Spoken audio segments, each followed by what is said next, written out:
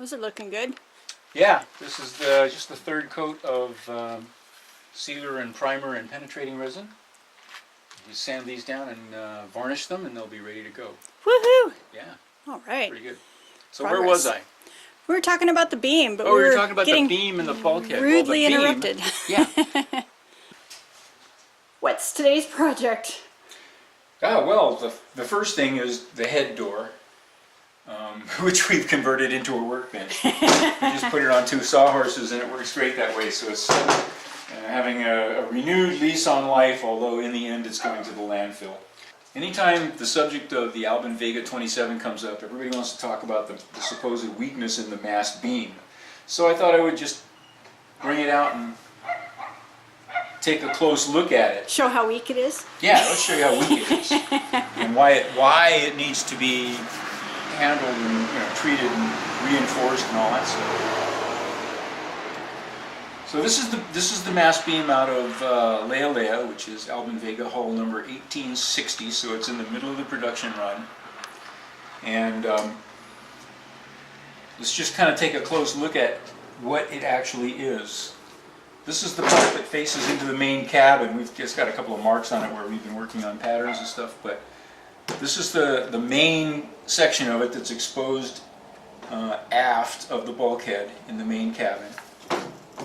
So I measured this. It's about 1 inch and 3/16 thick. Of course, it's a metric thing, but it's 1 inch and 3/16, not quite 1 1/4 inches. And the construction of the beam is in 3 pieces. It has the main thick beam here. It has a filler strip partway across, made of solid sapele, about probably 1 centimeter, 1/2 inch thickness. And then it has this third piece here that is a little bit thicker. It's like probably 12 millimeter, maybe more. I didn't measure it, but it's so you have 3 pieces here, and the way it works is the 2 halves of the main bulkhead fit into these slots here, and then the thing is screwed and glued, and it makes a pretty strong sandwich construction there going straight across, with the plywood bulkhead in the middle and the solid pieces screwed together. Now, it was glued, but when we took it apart there was no glue effect left. This split here is something we did because the screws were in bad shape. But overall the whole thing is in pretty good shape. We have on the top there's this filler strip. It's just trim. When we first got I had always thought It went all the way through? I thought it was like a piece of hose because it has this hollow kind of bead along the outside, but it's not. It's a manufactured trim piece. It's kind of thick, I don't know what it is, rubbery material. Anyway, and it's just nailed on here with steel nails, which have pretty much rusted away. At least right here they have. That's where the mast has been dripping over the years. Right here, the center of it, the mast sits on deck over this part right here, and there's a hole about 2.5 inches directly under the mast where the wiring comes through into the cabin. And the way that works is, let me turn this around here. This side of it. Okay, this is the forward side of the beam, and on the forward side of the beam, this sits here right under the hole for the wiring, and the wiring comes down here, and then there are 2 spacers, one on each side, about 1 inch thick spacers, and then there's another piece on the bottom, just a filler, almost like just a cover, a piece of thin plywood that had rotted away by the time I bought the boat in 1990. So I replaced that with a piece of solid oak, 1 by 1, 1 inch by 1 inch that mimicked these pieces on top. So anyway, you have a space here about 1 inch this way. The wiring goes to the starboard side into a conduit, back to the panel.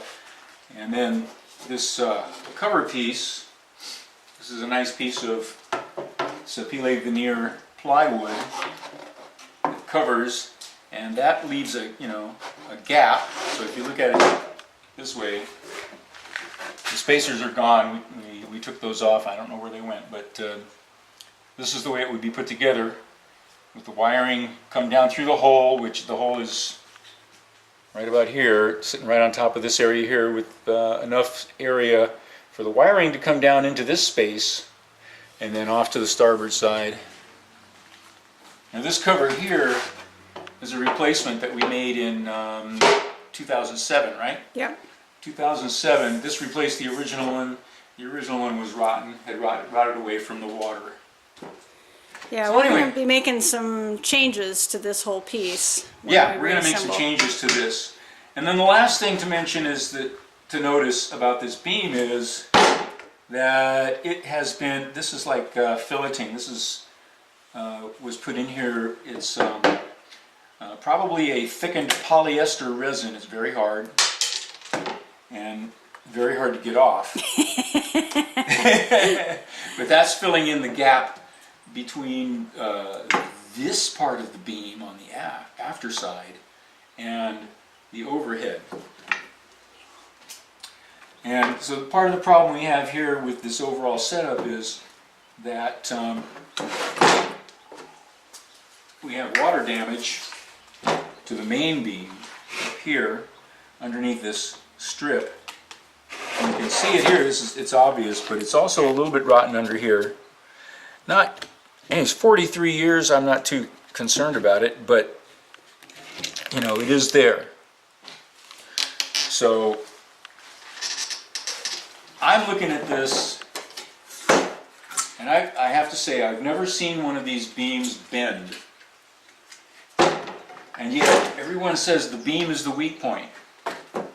And we have these kits that are available. There are kits available to stiffen this. There's all sorts of solutions for improving this setup.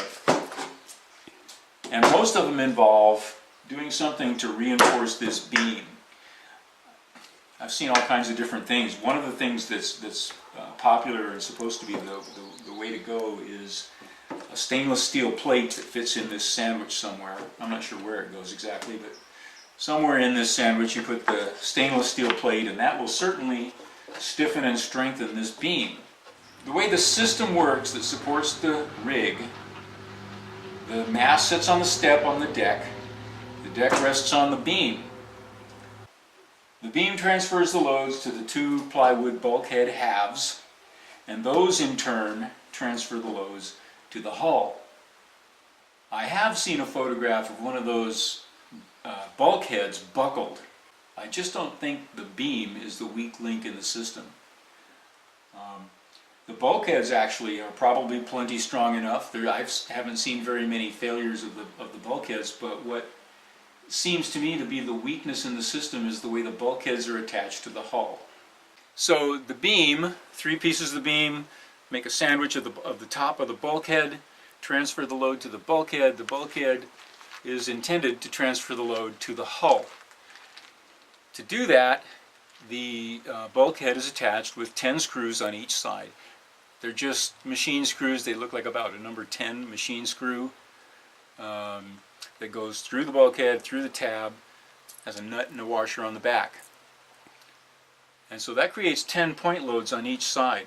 It's a manufacturing expediency. It's intended to reduce the manufacturing cost of the boat by making it easier to fabricate the bulkheads and easier and quicker to install them.